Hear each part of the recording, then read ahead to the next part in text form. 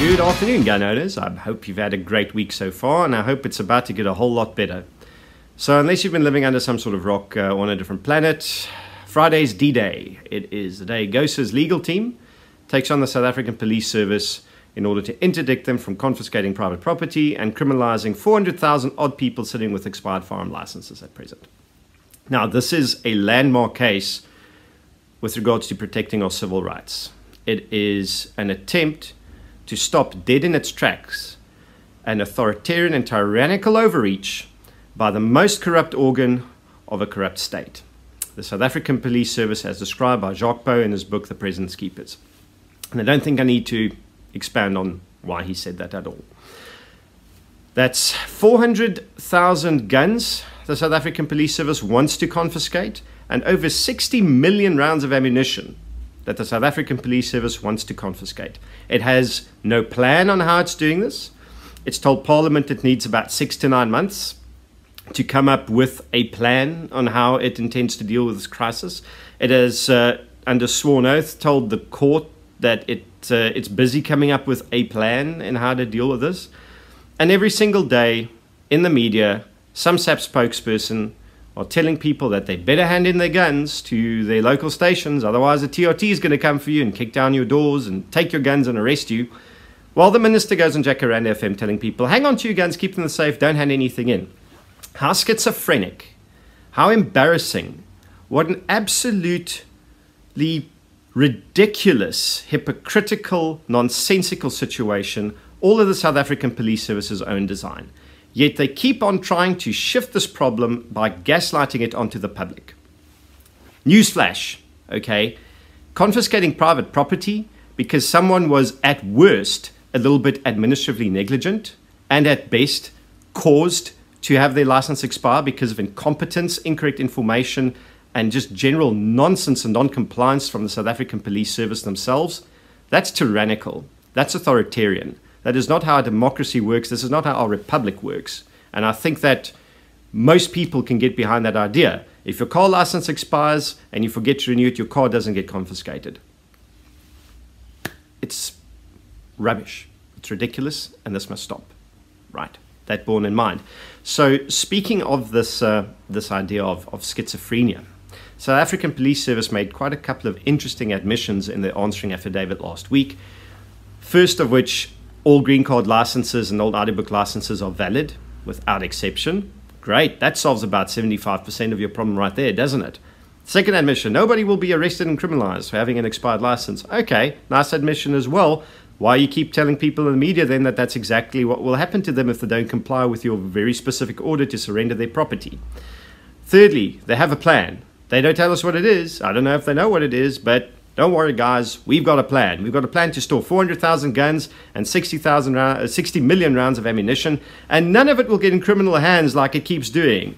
Oh, by the way, if we bring up the idea of Colonel Chris Prinsloo having leaked thousands of guns to criminal gangsters, of which about 1,200 murders plus have thus far been linked to those guns. Plus, if we see how many of the SAP stores just in the Western Cape, the SAP 13 lockers, evidence lockers, and the armories have been raided for fully automatic weapons in the last few months.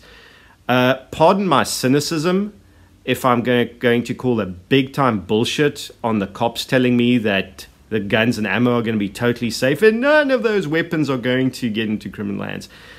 You know, let's talk numbers here. If 1% of 440,000 guns somehow manages to fall into criminal hands, that's 4,400 guns circulating in criminal hands which were safe in civilian possession. I'm not even going to try and do the maths now in my head about 1% of 60 million but rounds of ammunition, but this is a national security and public safety threat to allow the cops to take possession of this kind of this amount of weapons and ammunition when we know for a fact they can't even look after their own stuff, let alone things they've confiscated. Again, this is why we're going to court on Friday. However, last little point in the answering affidavit that's very interesting is that apparently you can renew your firearm license if it has expired. This is again under oath said to the North Gauteng High Court in an affidavit by the cops, so it must be true, right? I don't know anyone that's ever tried or succeeded in doing this, but that doesn't mean it can't be done.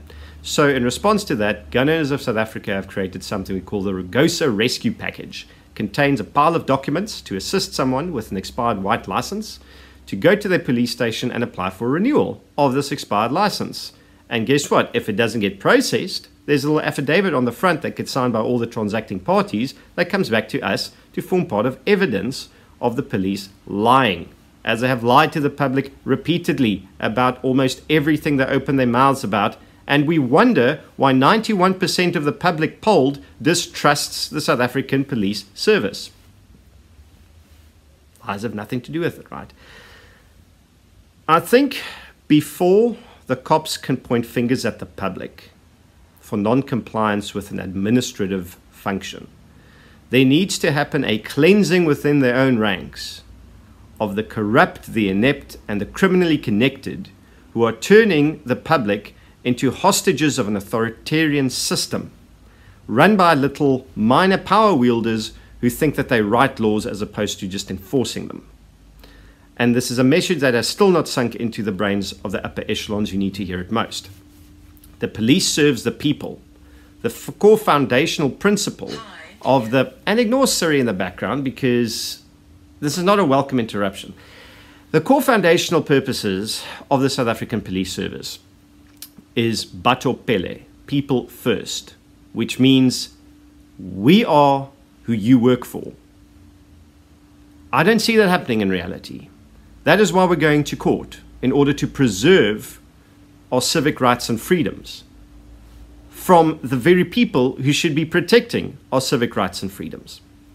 Now, I want to end up on a relatively positive note in this video, and I don't want to ramble for a full 10 minutes.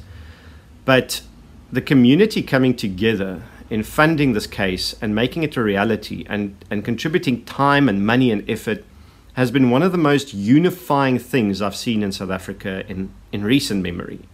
We've had people from different socioeconomic backgrounds, different cultural backgrounds, different races, come together with a single-minded purpose of protecting their firearm rights and therefore protecting their civil rights and freedoms. And it's a beautiful, incredible, and emotional thing to witness.